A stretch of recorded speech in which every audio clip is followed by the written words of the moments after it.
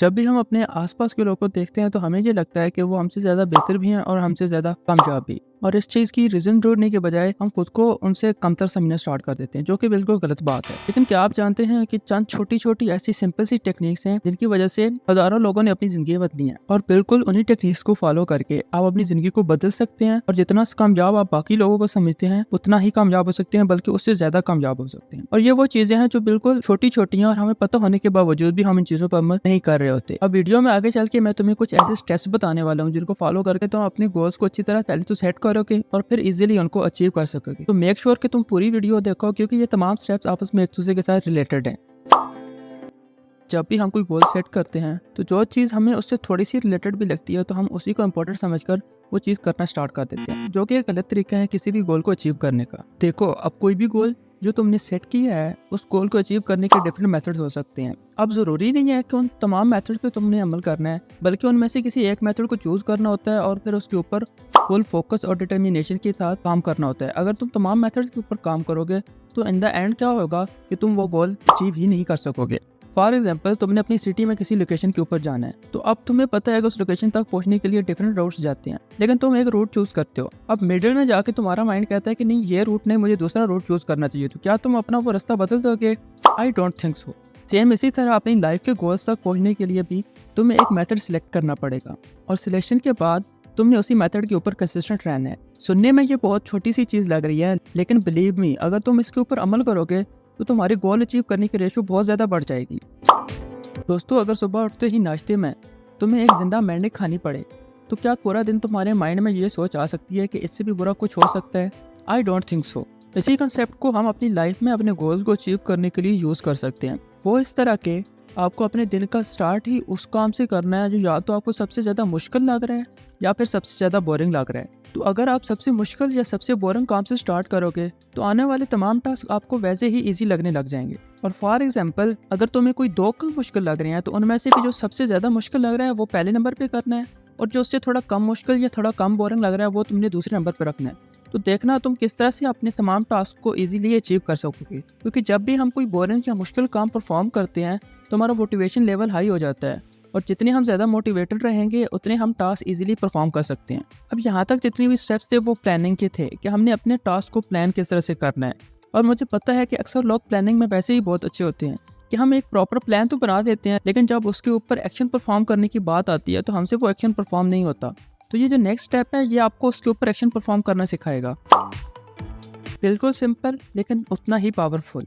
तो आपने करना यह है कि जब भी किसी टास्क का टाइम आ जाए तो उसे फौरन करना है, without wasting a single second. तो इससे क्या होगा कि इससे आपके माइंड को प्रोक्रेस्टिनेट करने का वक्त ही नहीं मिलेगा। तो अगर आपने अपने टास्क को अच्छी तरह से प्लान किया हुआ है तो मैक्सिमम चांसेस है कि आपने किसी इंपॉर्टेंट चीज़ को ही प्लान किया होगा। तो जब भी हम कोई इंपॉर्टेंट चीज़ करना स्टार्ट कर देते हैं तो हमारा माइंड ऑटोमेटिकली उसके ऊपर फोकस करना स्टार्ट कर देता है। और चाहे वो टास्क छोटा है, सिंपल है, आसान है, या बड़ा है, मुश्किल है और कॉम्प्लिकेटेड है, आपने उसको इमीडिएटली परफॉर्म करना है। यानी कि आपने बिल्कुल वक्त नहीं ज़ाया करना, या आपने बिल्कुल नहीं सोचना कि मैं ये काम बाद में करूंगा या थोड़ी देर बाद करूंगा या बहुत देर बाद करूंगा। आपने इमीडिएट एक्शंस लेने हैं अपने उस काम के ऊपर।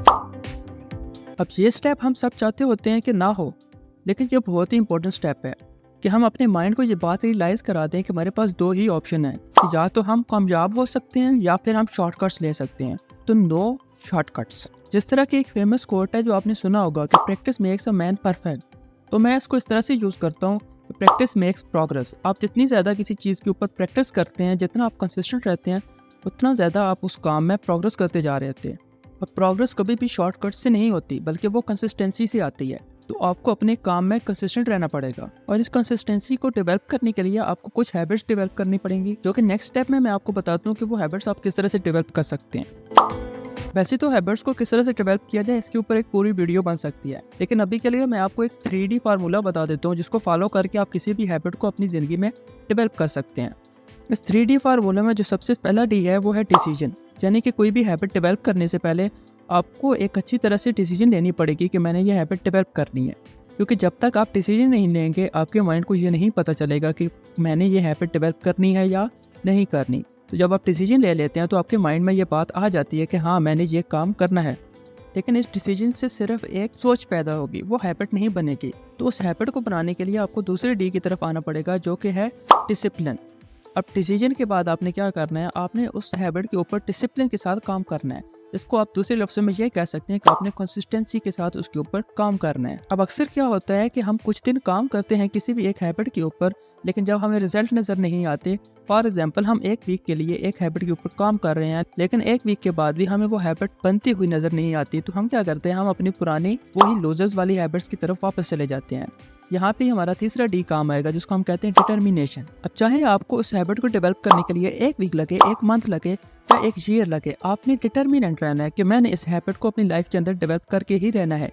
क्योंकि जितनी अच्छी हैबिट्स आप अपने अंदर डेवलप करेंगे, उतने ही ज़्यादा चांसेस हैं कि आप अपनी सक्सेस को अचीव कर सकेंगे। कई लोग ऐसे होते हैं जो ये सारे स्टेप्स को फॉलो कर रहे होते हैं, लेकिन एक बहुत ही इंपॉर्टेंट स्टेप वो मिस कर देते हैं, जिसकी वजह से वो कामयाब नहीं हो पाते। अब वो स्टेप कौन सा है, जिसको हम कहते हैं कि विजुअलाइज योर सक्सेस। इसका मतलब क्या है कि चाहे आप मेहनत जितनी भी कर रहे हैं, अगर आप अपने माइंड को ये नहीं बताएंगे कि मैं एक सक्सेसफुल पर्सन हूँ या मैं सक्सेस की तरफ जा रहा हूँ, तो आपका माइंड कभी भी सक्सेस को अट्रैक्ट नहीं करेगा और ना ही खुद सक्सेस की तरफ अट्रैक्ट होगा। इसकी बिल्कुल सिंपल सी टेक्निक ये है कि जब भी आप मेहनत कर रहे हो, तो आप अपने आप को उन लोगों के साथ मैच करो जिनसे आप आगे निकल आए हैं, उनसे नहीं मैच करो जो आपसे आगे निकल रहे हैं। लेकिन इसका हरगिज़ ये मतलब नहीं है कि आप अपने पीछे वाले लोगों को देख के अपने आगे वाले लोगों जितनी मेहनत करना ही छोड़ दो।